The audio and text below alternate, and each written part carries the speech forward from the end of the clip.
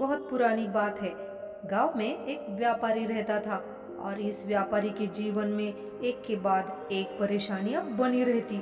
इतने तनाव में रहने के कारण इस आदमी की तबीयत खराब होने लगी। जब ये आदमी बहुत हताश हो गया, तब एक दोस्त ने बोला, शहर के बाहर एक संत आए हैं, चलो उनसे मिलकर आते हैं, तुम्हारी मनोदशा भी बदल जाएगी। व्यापारी संत के पास पहुंचा तो कई लोग मिलने आए थे। फिर कुछ इंतजार के बाद उसकी बारी आई। व्यापारी ने कहा, मैं अपनी जिंदगी से बहुत परेशान हूँ, मुझे चैन नहीं मिल पा रहा। कभी मुझे काम की दिक्कत होती है तो कभी तबीयत खराब होती है, कभी घर में लड़ाई होती है तो कभी बाहर। मैं एक के बाद एक परेशानियों से घिरा हूँ। कृपया मुझे बताइए कि मैं कैसे इन परेशानियों से निकल सकता हूँ और मैं कैसे शांति से जी सकता हूँ। उसकी बातों को सुनकर संत मुस्कुराते हुए कहते हैं कि मैं आपके सवाल का जवाब कल देता हूँ, उससे पहले आपको मेरी एक मदद करनी होगी। वो संत कहते हैं कि एक अमीर व्यापारी मुझे 100 बकरियां दे गया है और आज मुझे दूसरे गांव जाना है। आज रात आप बकरियों का ध्यान रखो, जब सारी 100 बकरियां सो जाए तो आप भी सो जाना, मैं कल आपसे मिलता हूँ। इतना कहकर वो संत वहां से चले गए। अगली सुबह जब संत वापिस आए और व्यापारी से पूछा, क्या आपको कल रात अच्छी नींद आई? इस पर व्यापारी ने उदास होकर कहा कि कल रात तो मैं एक पल के लिए भी नहीं सो पाया। मैंने बहुत कोशिश की पर सभी बकरियों को एक साथ सुला नहीं पाया। कुछ बकरियां सो जाती, कुछ मिमियाती रहती, कुछ खड़े होकर दूसरों को जगाने की कोशिश करती। ये सिलसिला रात भर चलता रहा। मेरी लाख कोशिशों के बावजूद सारी बकरियां एक साथ नहीं सोई। संत ने मुस्कुराते हुए कहा, अगर मैं गलत नहीं हूँ तो रात को बहुत सी बकरियां अपने आप सो गई होंगी और कुछ को आपने सुला दिया होगा। कुछ आपकी कोशिशों के बावजूद नहीं सोई होंगी और कुछ आखिर में स्वयं थक कर बैठ गई होंगी।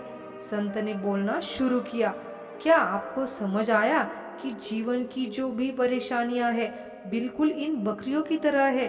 कुछ परेशानियां अपने आप हल हो जाती है, कुछ परेशानियां कोशिश करने पर ठीक हो जाती है, पर कुछ परेशानियों को जितना चाहे प्रयास कर लीजिए वो उस समय ठीक नहीं होती। संत कहते हैं कि यहाँ से एक बात और सीखने वाली है।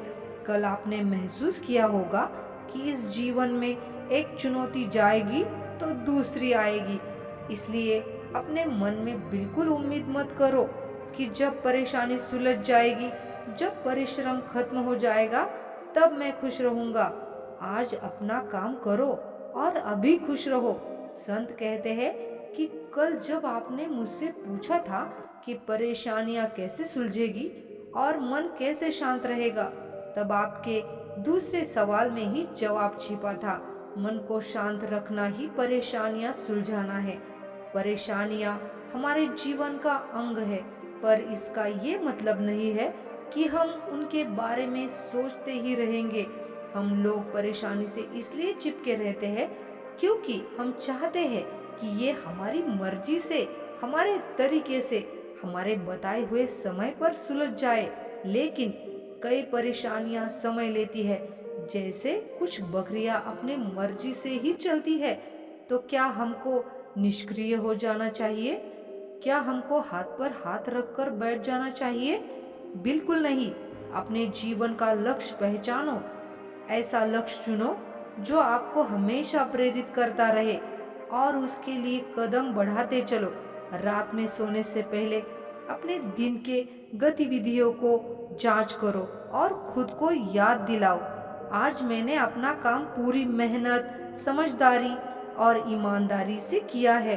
अब मुझे कोई चिंता नहीं है, मैं आराम से सोने जा रही हूँ। इससे आपको संतुष्टि और हल्कापन महसूस होगा। अगर आपको मेरी स्टोरी पसंद आई है तो एक लाइक ज़रूर करें और आप चैनल पे नए हैं तो मेरे चैनल को सब्सक्राइब ज़रूर करें।